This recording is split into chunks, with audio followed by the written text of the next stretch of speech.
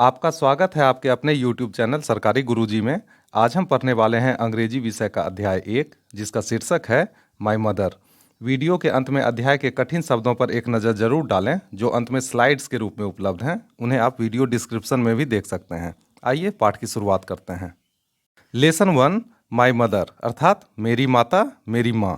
आइए वार्मर पे आते हैं। वार्मर का अर्थ होता है पाठ शुरू करने से पहले की गतिविधि। ये गतिविधि कक्ष में शिक्षक महोदय के द्वारा आपसे करवाई जाएगी। तो आइए देखते हैं कक्ष में क्या गतिविधि होनी है। वेन ईवर इन ट्रबल और पेन द वर्ड माँ comes naturally to us.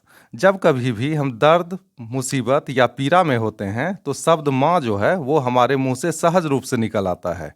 Can you explain why it is so? क्या आप समझा सकते हैं, व्याख्या कर सकते हैं कि ऐसा क्यों होता है? यहाँ पे वेनिवर का अर्थ हुआ जब कभी, ट्रबल मुसीबत, पेन दर्द या पीड़ा, वर्ड शब्द, नेचुरली सहज रूप से, एक्सप्लेन का अर्थ होता है समझाना या व्याख्या करना। तो ये गतिविधि कक्ष में आपको करनी है। आइए आगे बढ़ते हैं। Now read and enjoy this poem.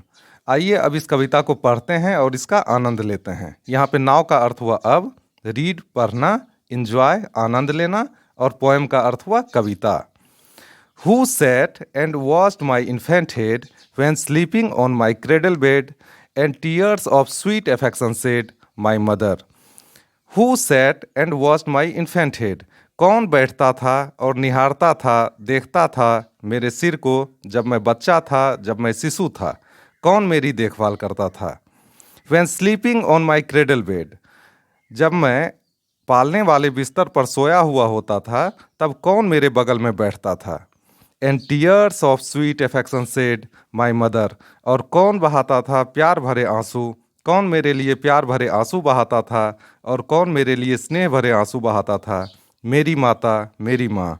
यहाँ पे सैट का अर्थ हो गया बैठ गया, वॉच्ड देखा या निहारना, इन्फेंट शिशु या बच्चा, हेड सिर, स्लीपिंग सोया हुआ, क्रेडल पालना, बेड बिस्तर, टीयर्स आंसू, स्वीट मीठा, एफेक्शन स्नेह या प्रेम, और सेड बहाना। When pain and sickness made me cry, who gazed upon my heavy eye and wept for fear that I should die, my mother.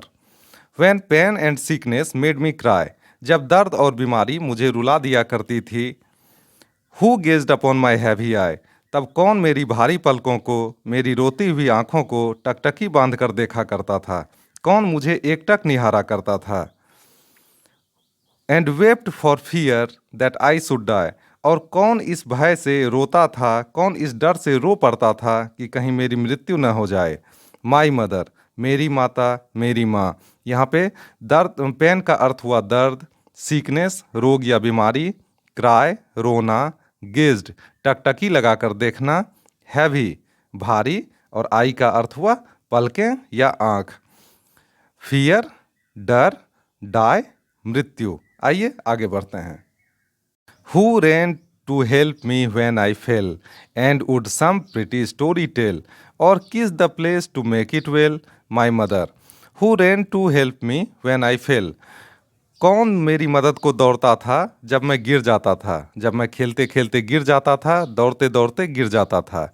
And would some pretty story tell, और कौन मुझे कुछ प्यारी प्यारी कहानियाँ सुनाता था? देखिए यहाँ पे प्रीटी स्टोरी है, यहाँ पर प्रीटी स्टोरीज होना चाहिए, लेकिन जो कवि होते हैं उन्हें ग्रामेटिकल लिबर्टी दी जाती है, व्याकरणीय छूट दी जाती है, ताकि वे बिना व्याकरण के लिख सकें। और kiss the place to make it well, या उस जगह को कौन चूम लेती थी जहां मुझे चोट लगी होती थी, मुझे उस दर्द से छुटकारा दिलाने के लिए? माई मदर मेरी माता, मेरी माँ। यहाँ पे रेन का अर्थ है दौड़ना, हेल्प मदद, फेल गिरना, प्रीटी प्यारी, स्टोरी कहानी, किस चूमना, प्लेस जगह, वेल अच्छा। आइए आगे बढ़ते हैं। And can I ever cease to be affectionate and kind to thee, who was so very kind to me, my mother? And can I ever cease to be affectionate and kind to thee?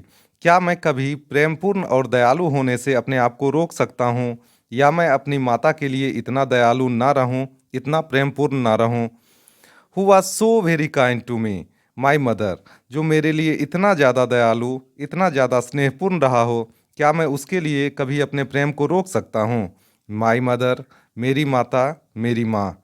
यहाँ पे ईवर का अर्थ हुआ कभी, seize रोकना या बंद होना, affectionate प्रेम योग्य, काइंड दयालु। आइए आगे बढ़ते हैं। Oh no, the thought I cannot bear, and if God please my life to spare, I hope I shall reward the care, my mother. Oh no, the thought I cannot bear. अरे नहीं, ऐसा विचार भी मैं सहन नहीं कर सकता, ये विचार भी मेरी सहन से बाहर है कि मैं अपनी माँ के लिए कभी निष्ठुर हो जाऊं।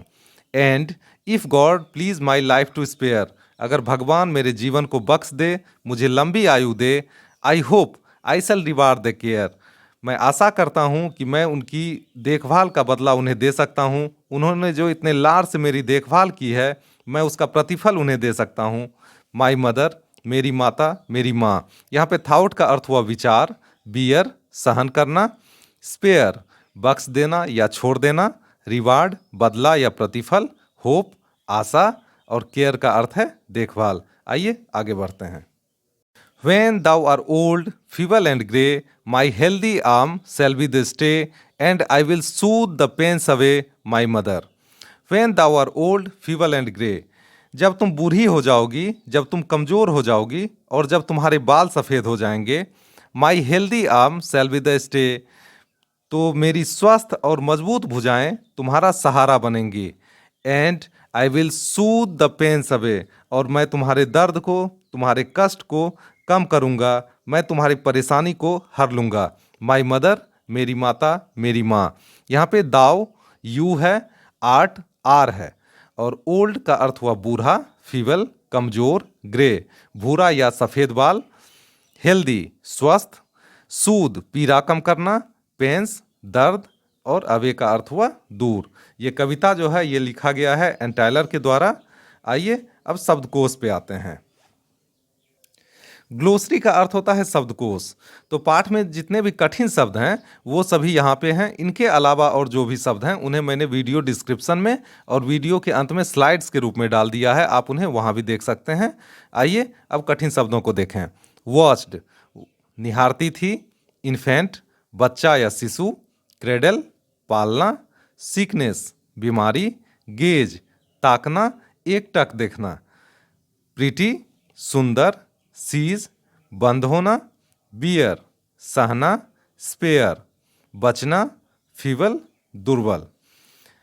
इसी के साथ हमारा ये अध्याय पूरा हुआ। अब मिलते हैं अगले वीडियो में इसी अध्याय के प्रश्नोत्तरी के साथ।